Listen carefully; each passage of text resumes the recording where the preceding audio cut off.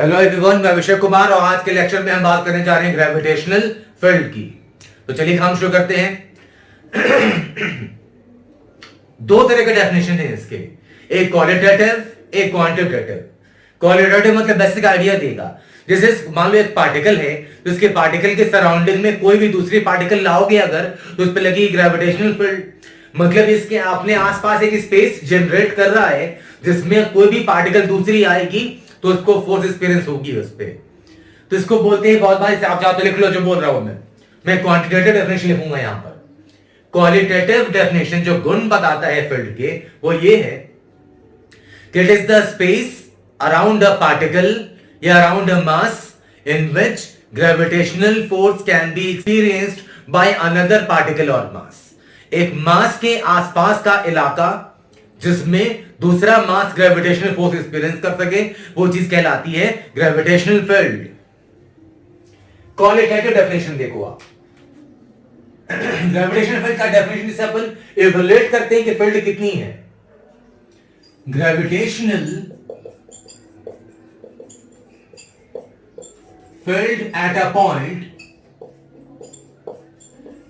Point, किसी भी point पे gravitational field is defined as the force experienced by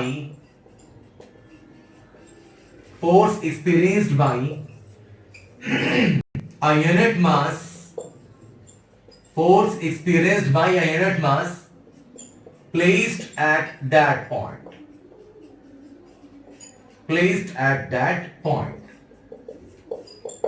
ये ग्रेविटेशनल पोटेंशियल का क्वांटिटेटिव माफी चाहता हूं, ये ग्रेविटेशनल फील्ड का क्वांटिटेटिव डेफिनेशन है। क्वांटिटेटिव मतलब क्वांटिटी मिलेगी आपको कि कितनी है ग्रेविटेशनल फील्ड। क्वालिटेटिव तो मैंने आपको ये बताया ही, आई होप जरूरत पड़ेगी तो आप लिख भी सकते हैं वो। ये देखो आप, किसी भी पर्टिकुलर पॉइंट पे, मान लो ये है पॉइंट, और मुझसे पूछा जाए कि इस पॉइंट पे ग्रेविटेशनल फील्ड कितनी है, तो इस पॉइंट पे आप यूनिट मास रख दें। एसआई यूनिट में, स्टैंडर्ड यूनिट्स में यूनिट मास मतलब क्या हो गया, 1 kg। तो इस वाले पॉइंट पे 1 kg का मास रख दें, उस पे जितनी फोर्स लगेगी वही है आपकी gravitational field. Force experienced bye a unit mass placed at that point. For example, मान लो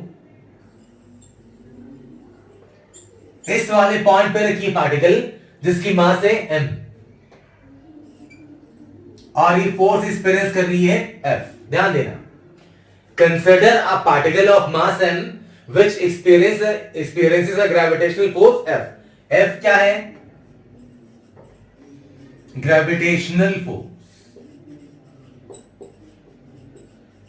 ध्यान देना, किसी भी पॉइंट पे मान लिया, आप चाहो तो जो लिख सकते जो बोला मैंने, कि consider a particle of mass m which experiences a gravitational force F, then by definition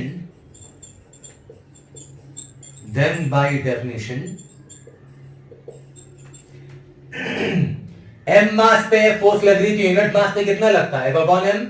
तो ग्रेविटेशनल फील्ड हो गई F/m। वेक्टर के पॉइंट ऑफ व्यू से लिखना चाहो तो F वेक्टर मतलब ग्रेविटेशनल फील्ड की डायरेक्शन वही होगी जो पार्टिकल पे फोर्स की डायरेक्शन है। अर्थ सरफेस है ये, यहां पे मुझे फील्ड मालूम करनी है, तो यहां पे 1 kg का पार्टिकल रख दूंगा मैं, इस पे जितना फोर्स लगेगा वो इसकी ग्रेविटेशनल फील्ड है। और डायरेक्शन तो यहां मैं छोड़ूंगा इस चीज को, अगर यहां पे तो ये नीचे की तरफ जाएगी, मतलब फील्ड कहां है, नीचे की तरफ, जो अपन जानते भी हैं पहले से। तो ये रहा ग्रेविटेशनल फील्ड का फॉर्मूला। और इसी को अगर m मल्टीप्लाई कर दूं इधर, तो ये रहा ग्रेविटेशनल फोर्स का एक अल्टरनेटिव फॉर्मूला। मतलब किसी पर्टिकुलर पॉइंट पे अगर आपको मालूम है कि इस वाले पॉइंट पे ग्रेविटेशनल फील्ड E है, तो m मास यहां पे रखोगे आप, अगर फोर्स कितनी लगेगी me। जब इलेक्ट्रोस्टैटिक्स पढ़ रहे होगे आप, तो मिलते जुलते फॉर्मूले वहां पे भी देखेंगे आप। वहां पे F = QE नजर आएगा या F = me है। फिलहाल मैं यहीं पे अगर रहूं, अगर तो आपसे बोलूं कि इस पर्टिकुलर पॉइंट पे अगर ग्रेविटेशनल फील्ड E है और यहां पे m मास रख दें, तो उस पर कितनी फोर्स लगेगी, m × E। डायरेक्ट इस्तेमाल आएगा न्यूमेरिकल्स में, मैं इस्तेमाल करूंगा थोड़ी देर बाद या आने वाले सेशंस में। तो चलिए फिलहाल हमारे पास ग्रेविटेशनल फील्ड का बेसिक कॉन्सेप्ट है कि ग्रेविटेशनल फील्ड एग्जैक्टली है क्या। अब जिसे मान लो मैं पॉइंट मास से बात करता हूं, फॉर अ पॉइंट मास,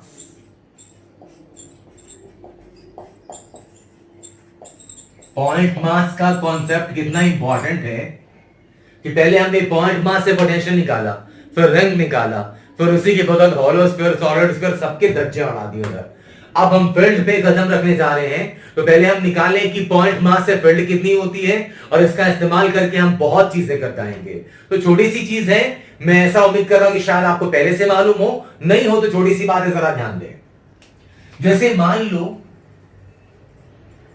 ये है कोई पॉइंट साइज की पार्टिकल, पॉइंट मास m, यहां से r डिस्टेंस पे एक पॉइंट है p, मुझे इस पॉइंट पे चाहिए ग्रेविटेशन फील्ड। तो अभी हमने क्या पढ़ा बेसिक डेफिनेशन कि किसी भी पर्टिकुलर पॉइंट पे आपको ग्रेविटेशन फील्ड चाहिए अगर, तो वहां पे यूनिट मास रख दो और देख लो कितनी फोर्स लग रही है, वही आपकी ग्रेविटेशनल फील्ड है, force experienced by unit mass placed at that point. तो अगर आपको पॉइंट पी पे ग्रेविटेशनल फील्ड चाहिए तो आप पॉइंट पी पे आप यूनिट मास का पार्टिकल रख दो, और नहीं है यूनिट मास का पार्टिकल तो कोई भी मास का रख दो चलेगा। मान लो m नॉट मास, इसे बोलते हैं टेस्ट मास भी कहते हैं। ये मैं किताबी भाषा बोल रहा हूं, किताबों में मैं बहुत जो लिखते हैं वैसे ही बोल रहा हूं मैं। मान लो m नॉट मास रख दिया, अब यूनिट मास नहीं है मेरे पास, जो भी मास है रख दो, वो टेस्ट मास रहा आपका। तो force on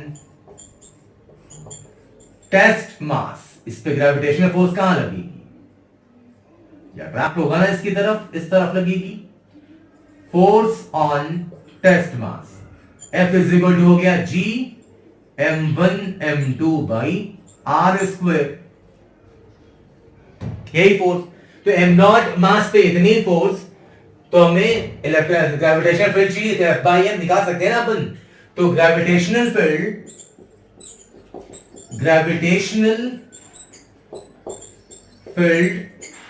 at point P